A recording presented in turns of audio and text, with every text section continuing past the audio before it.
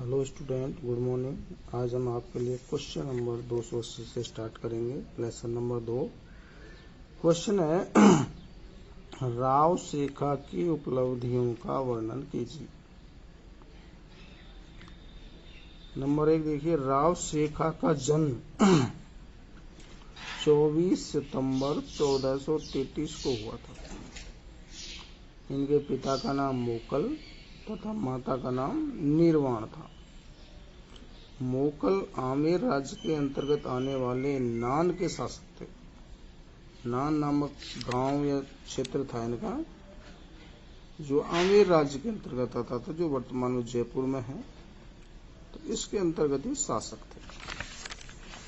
आगे है देखिए, 1445 ईस्वी में 12 वर्ष की आयु में शेखा ने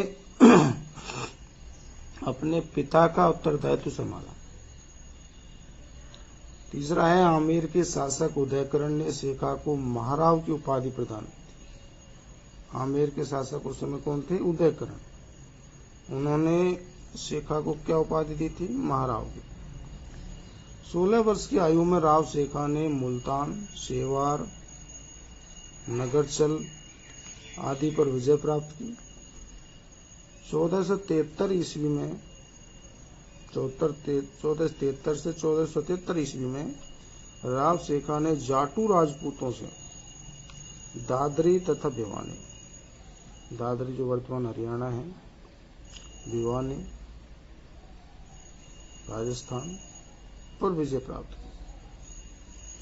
राव शेखा ने इस्तर खान से हांसी तथा हैदार खान से कायम खानी से हिसार को जीतकर, हिसार जो हरियाणा में है, अपने राज्य की सीमा का विस्तार किया। उसने 1449 ईस्वी में आमेरसर को अपने राज्य की राजधानी बनाया। किसको बनाया था? आमेरसर। ये शाहपुरा के आस पास स्थित है। जयपुर में जो शाहपुरा है दिल्ली रोड पर, उसके पास है। आमेरसर में राव शेखा ने भगवान जगदीश का मंदिर तथा 1477 में शिकारगढ़ का दुर्ग बनवाया। महाराव शेखा ने अपने जीवन काल में 52 युद्ध लड़े थे। कितने युद्ध लड़े थे? 52। उसे जयपुर के कछवाहा वंश के उपवर्ग शेखावत का संस्थापक माना जाता है। कछवाहा वंश का जो उपवर्ग है शेखावत राजपूत जो होते हैं, इसका संस्थापक राव शेखा को माना जाता है। राव शेखा की पत्नी गंगा कुमारी ने आमेरसर किले के मुहाने पर कल्याण जी का मंदिर बनवाया, यानी किनारे पर। 1488 ईस्वी में रलावत नामक स्थान पर राव शेखा की क्या हो गई? मृत्यु हो गई, जहां उनकी छतरी बनी हुई। ये गांव सीकर में आता है वर्तमान में। आगे देखिए, हम्मीर देव चौहान की दिग्विजय नीति को समझें।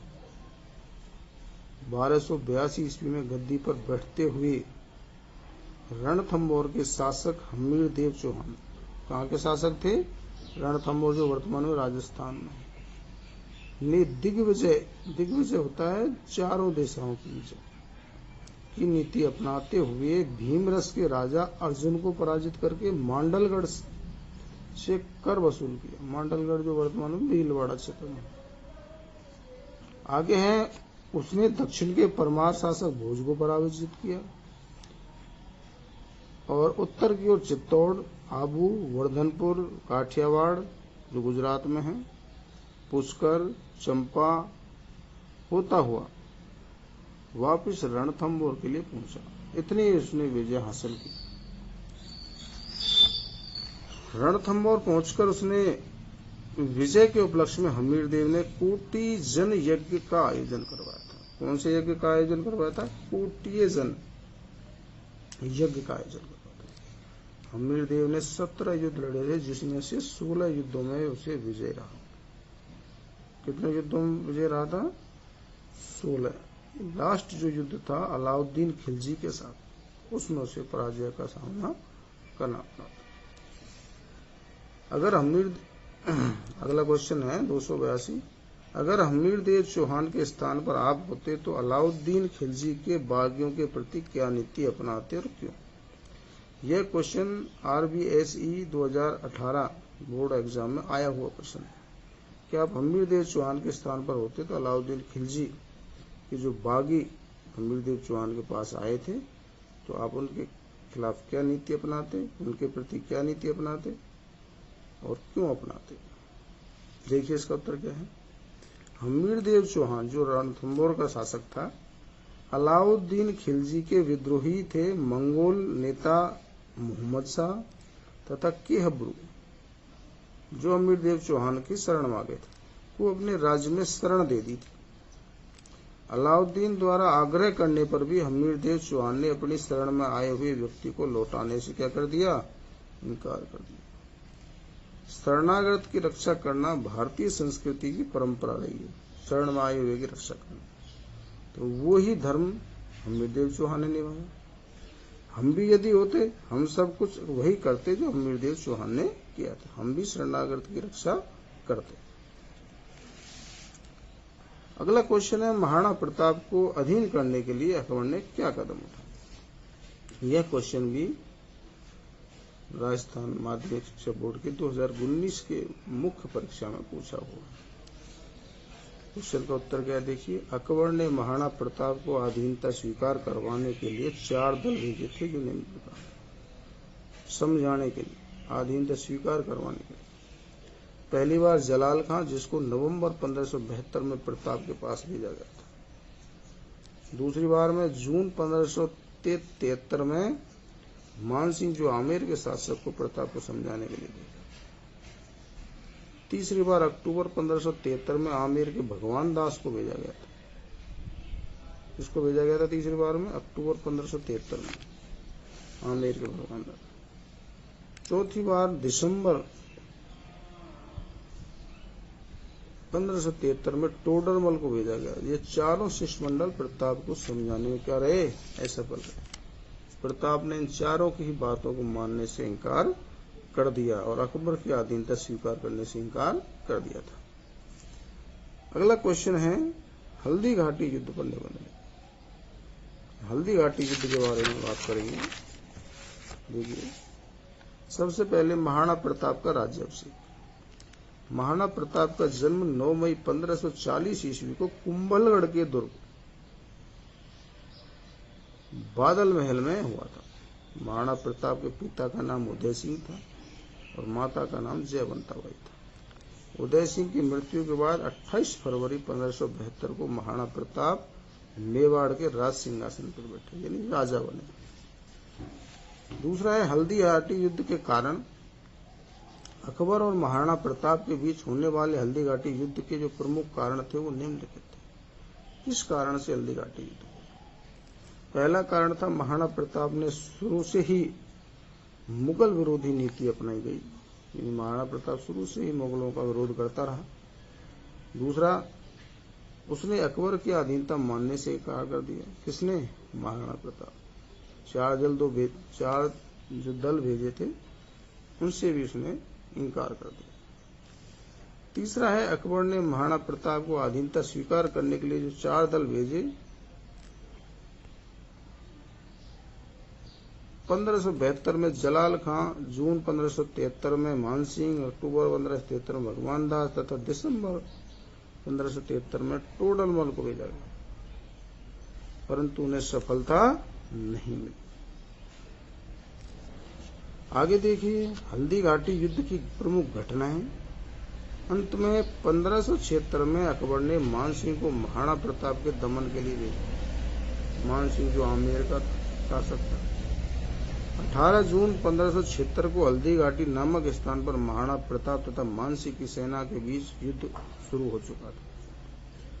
प्रथम प्रहार में राणा के सैनिकों को सफलता मिली, यानी महाराणा प्रताप के सैनिकों को सफलता मिली और मुगल सैनिक जान बचाकर इधर उधर भागने लगे थे। इसके बाद भागते हुए मुगल सैनिकों को एक अफवाह ने कि स्वयं अकबर सेना लेकर आ रहे हैं, किसी ने अफवाह फैलाई कि स्वयं अकबर आ रहे हैं, तो उनको थोड़ा सा दिलासा मिली कि और सेना आ रही है, हमें और मदद मिलेगी। तो मुगल सैनिक नायकों ने रोक दिया, तो वो भागने से रुक गए मुगल सैनिक और पुनः युद्ध की ओर मुड़ गए।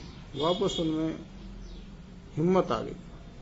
इस युद्ध में महाराणा प्रताप ने अपने भाले से मानसिंह पर वार किया, परंतु मानसिंह हौदे में छिप गए।